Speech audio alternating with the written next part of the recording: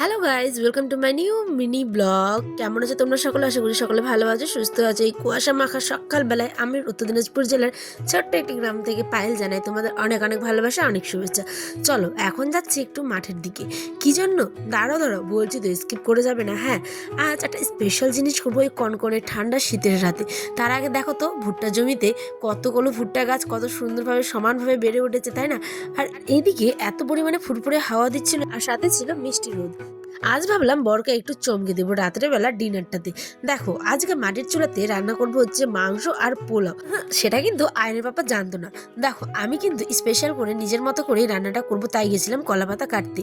দেখো মাংসতে কি সুন্দর একেবারে চর্বি থকথকে লাগানো। চলো চলো তাড়াতাড়ি কথা না বলে আমি এবার মাংসটা কেটে নিই। হ্যাঁ, কাটা তো কমপ্লিট। এরপরে তিনখানা দিয়ে দিলাম হচ্ছে গোটা গোটা রসুন। তোমরা কারা কারা মাংসতে রসুন খেতে পছন্দ করো আমাকে কমেন্টে জানিয়ে তো। দেখো আজকে আমি রান্না করবো হচ্ছে কি পোলাও, যেহেতু তো সেই কারণে খাসা চাল বা তোলাই পাঞ্জা চাল এই সমস্ত কিছু ছিল না, ঘরে ছিল আতপ চাল। তাই ভাবলাম আতপ চাল দিয়ে আজকে একটু অন্য রকমের পোলাও রান্না করি। এদিকে বর্মা আবার এসে আমার ক্যামেরার সামনে দাঁড়িয়ে গেছে। ওইদিকে আবার বর্মা বলছে নে আমি একটু নেচে দিই।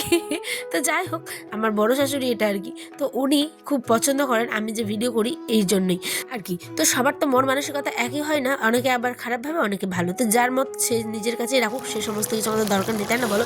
আমরা ভিডিও করতে পছন্দ করি তাই ভিডিও করি।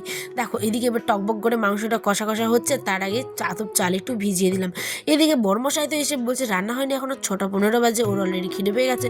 এদিকে দেখো ভিজে না চালগুলো শুকিয়ে বেশ জল ঝরে একদম ঝরঝরে গেছে, তাই কড়াইয়ের মধ্যে দিলাম লবণ পোলাওয়ের জন্য তেল, আর দিলাম তেজপাতা, পেঁয়াজ কুচি, আদা কুচি।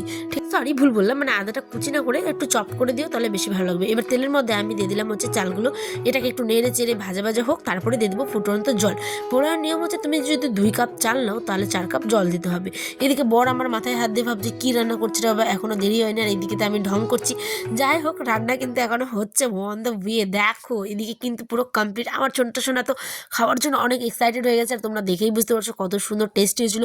পুরো ব্লগটা দেখতে গেলে কিন্তু আমার চ্যানেলটা ভিজিট করো, অলরেডি আপলোড করা আছে। হ্যাঁ, কী কী হয়েছিল সমস্ত কিছু তোমরা ডিটেলসে পেয়ে যাবে। আহা কি সুন্দর না! আমার তো বয়স ওভার এখন দিচ্ছি, অলরেডি আমি খেয়ে নিয়েছি। খেতে যা হয়েছিল দুর্দান্ত। দেখেছো ঠান্ডা কনকনে শীতের রাতে একদম গরম গরম চুলাই মাংস আর পোলাও।